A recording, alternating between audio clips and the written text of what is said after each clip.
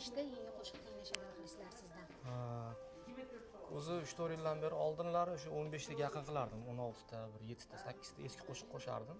Lekin endi bu yog'iga 2-3 yildan beri faqat 8 ta, 9 ta, uzoq 10 ta yangi qo'shiq bo'lyapti. Chunki zalga tushadigan muxlislar ko'p eshituvchilar baribir eski qo'shiqlaringizni masalan ommalashgan, o'ziga yoqqan qo'shiqlarni eshitgisi keladi. Shu xalq ichida muxlislaringizni e'tibor tortgan qo'shiqlarni eshituvchilar eshitaman deb kiradi. O'shaning uchun yangi qo'shiq ko'paytirmaydigan bo'lganman. Shu 3 yil, 4 yildan beri. Bu yil ham shu 8 ta yangi qo'shiq yozdik. Ichida o'sha har xil temalarda hayotiy duetimiz bor bugun mana Xudo xolasa Elmurod bilan. Elmurod Haqnazarov bilan hozirgi hayotiy odamlarning orasidagi global muammo mavzularni olib tasini ashula tayyorladik.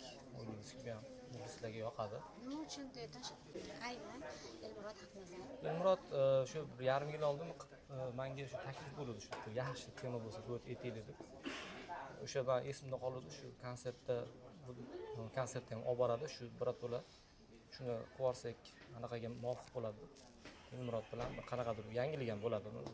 Mani rangim, uniki masalan yo'nalishda o'sha duetni tayyorladik. O'sha konsertda birato'la premyera bo'lib ketadi. Yaratgan qo'shiqlarning ichida o'zingizni taxminingiz bo'yicha muxlislarning ko'nglida eng birinchi hit bo'lib joy oladigan qaysi deb o'ylaysiz?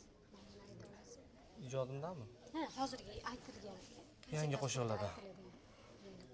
Endi bilmadim, hozir bu yoqda masalan yaqinda chiqadigan tojcha qo'shig'imiz ham yaqinda chiqdi o'zi aslida. Oldin konsert etilmagan. U ham muxlislarga yaxshi yoqdi deb umid qilaman. Olchiguli bodomga qo'shiq chiqardik. Yaxshi ketdi menimcha bu ham. Endi mana yangi qo'shiqlarning ichida bor bitta-ikkita. Endi umid qilganingiz ko'pincha baribir kutgan narsangiz bo'lmaydi o'zi aslida. Har yil o'zi sinalgan narsa. Mana bu qo'shiq zo'r bo'ladi turasida. Umuman chetda yotgan konsertda nimasini to'ldiradigan nima deydi, repertuardan bitta joy olgan qo'shiq qanaqadir tortib ketib qoladi-da. O'shaning uchun kutgan narsa barimiz baribir nima deydi, umid qildik. Bittasi o'xshab qoladi.